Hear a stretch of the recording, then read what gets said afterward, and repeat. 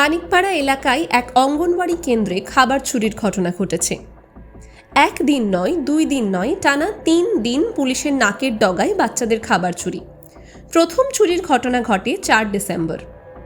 স্কুলের শিক্ষিকা এবং সহায়ক স্কুলে এসে দেখেন তালা কেটে বাচ্চাদের চাল, ডিম, আলু চুরি করে নিয়ে গেছে চোর। এটা ঘটেছে 4 তারিখ। আমাদের ভিএচএনডি থাকে, তো আমার যে অস্থায়ীভাবে যে রান্না করে তাকে চাবিটা দিয়ে আমি স্কুল খুলতে পাঠাই, আর আমি বললাম আমি আসছি চলো।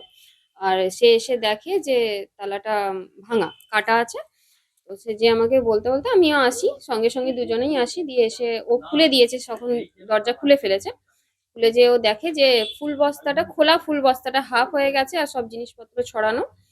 তো তারপরে আমি এসে হিসাব মোটামুটি যখন ও খুলেই ফেলেছে তখন আমি আনুমানিক হিসাব করে দেখলাম 22 পিস ডিম, 25-30 কেজি মতো জ্বালানি কাঠ, আর 35 কেজি সামথিং চাল নেই, খুঁজে পাওয়া যাচ্ছে না। দিয়ে আমরা ডিপার্টমেন্টে জানাই, পরিচালন কমিটিকে জানাই।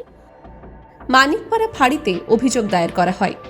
পুলিশ এসে তালা বদল করে দিয়ে যায়। ফের 5ই ডিসেম্বর স্কুলে এসে দেখা যায় আবার নতুন তালা ভেঙে বাকি যা মজুদ ছিল সবটাই চুরি গেছে।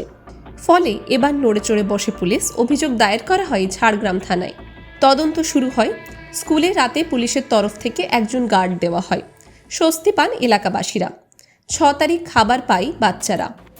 কিন্তু 6 তারিখ রাতে ফের চোরের হানা ওই অঙ্গনওয়াড়ি কেন্দ্রে। 7 তারিখ সকালে স্কুলে এসে দেখে আবার সব চুরি গেছে। সেই দিন তালা কাটা সম্ভব হয়নি চোরের পক্ষে, তাই শেকল কেটেই দরজা খুলে সব খাবার সাবার করে দিয়েছে। খাবার পেলেন না? না, আজকে পেলাম না। কেন? কালকে পেয়েছিলাম। কেন ওই যে বলছে চুরি হয়ে গেছে। এটা কি 3 বার চুরি হলো? হ্যাঁ, এটা নিয়ে 3 বার চুরি হলো। কোনো ব্যবস্থা নেওয়া হয়নি?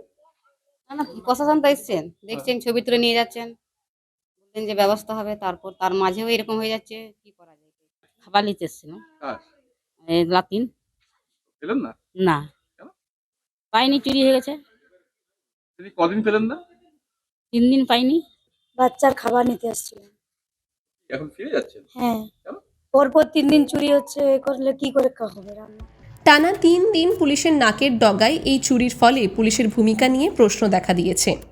স্থানীয় প্রশাসন বিষয়টি কত দ্রুত এবং কার্যকরভাবে সমাধান করতে পারে এখন সেটাই দেখার।